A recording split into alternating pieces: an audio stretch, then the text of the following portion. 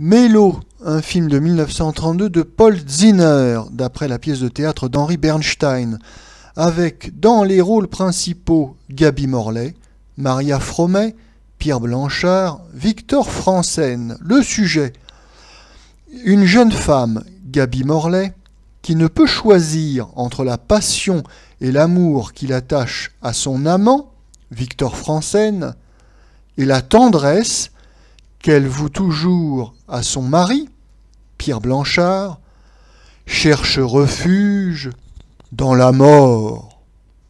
Notre avis: Mélo fait partie de ces films qui sont moins intéressants que toutes les histoires qui entourent leur création. Même si ce film a connu un succès commercial auprès du public en 1932, il n'en demeure pas moins qu'il était déjà démodé à sa sortie.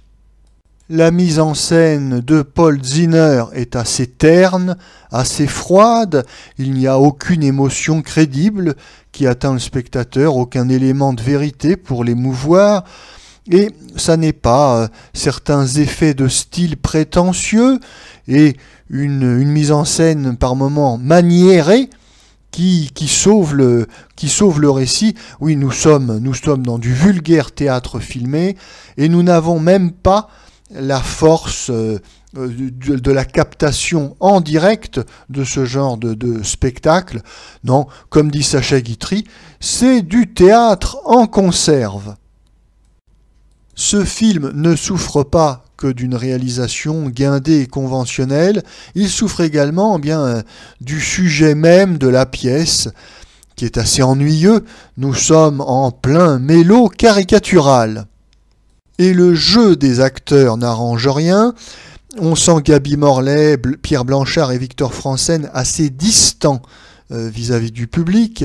Le jeu est froid et très théâtral, mais il faut dire à leur décharge qu'au début du cinéma parlant, les lignes de dialogue ne peuvent en réalité se chevaucher. Il faut qu'un acteur attende que son partenaire ait terminé sa réplique pour pouvoir lui répondre. Alors évidemment, ça rend le jeu des acteurs assez glacial et mécanique. On perd beaucoup de spontanéité et de chaleur dans l'interprétation. On avait déploré le même défaut dans le précédent mélodrame de Paul Zinner de 1931, avec Gaby Morley et Victor Franssen également, où le jeu des acteurs très lent et très fractionné était assez désagréable pour le spectateur. Non, l'intérêt de ce film est ailleurs, il réside dans la bagarre générale qui opposera les trois fabricants juifs de ce petit chef-d'œuvre: Henri Bernstein, l'auteur de la pièce de théâtre créée en 1929, Paul Zinner, le réalisateur, et Bernard Nathan, le producteur. Henri Bernstein est une des figures du tout Paris cosmopolite. Né dans une famille de riches commerçants, il avait déserté durant son service militaire, mais au lieu d'être traduit en cour martiale, le ministre de la guerre était intervenu en sa faveur et il avait pu être dispensé de ses obligations militaires. Notons d'ailleurs que l'antimilitarisme de Bernstein ne lui interdira pas, durant la deuxième partie des années 30, d'être un belliciste enragé qui veut absolument envoyer les Français faire la guerre contre Hitler. Au moment où ses vœux seront exaucés et la guerre sera déclarée à l'Allemagne, Bernstein, prudemment, s'enfuira aux États-Unis, où il mènera d'ailleurs une campagne anti-française.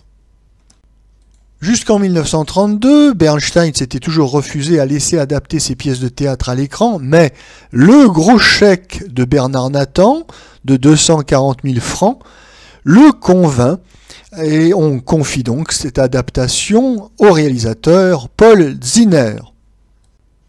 Et c'est là que va commencer la foire d'empoigne entre Bernstein et Nathan, le producteur, et Zinner, le réalisateur. Bien que contractuellement Bernstein ait été associé à l'adaptation de sa pièce, il s'estimera trahi et intentera un procès contre Bernard Nathan, tout en engageant une campagne de presse contre lui. On notera d'ailleurs des articles de Bernstein publiés le 10 novembre 1932 dans Candide, où Bernstein se laisse aller à des insultes antisémites à l'encontre de son coreligionnaire. La justice donnera tort à Bernstein, et ça sera une décision importante qui fera jurisprudence, car elle précisera pour l'avenir les règles régissant d'une part les droits d'auteur de l'auteur d'une pièce et d'un roman, et d'autre part les droits d'auteur des adaptateurs, réalisateurs de cinéma, producteurs de cinéma. Dans cette aventure, Zinner et Nathan furent plus malins que Bernstein, car les 240 000 francs de droits d'auteur versés furent vite amortis par le gros succès commercial du film à sa sortie et ses adaptations ultérieures. Cela n'empêchera pas Bernstein de continuer à vendre l'adaptation de ses pièces de théâtre à des producteurs de cinéma, et sur cette question, il confiera à l'actrice juive Rosine de Réan ce qui lui servait de philosophie en la matière, en lui indiquant dans une lettre du 21 janvier 1937, ouvrez les guillemets, « Quand le chèque est gros, l'adaptation cinématographique est bonne. Quand le chèque est petit, l'adaptation cinématographique est mauvaise. » Fermez les guillemets.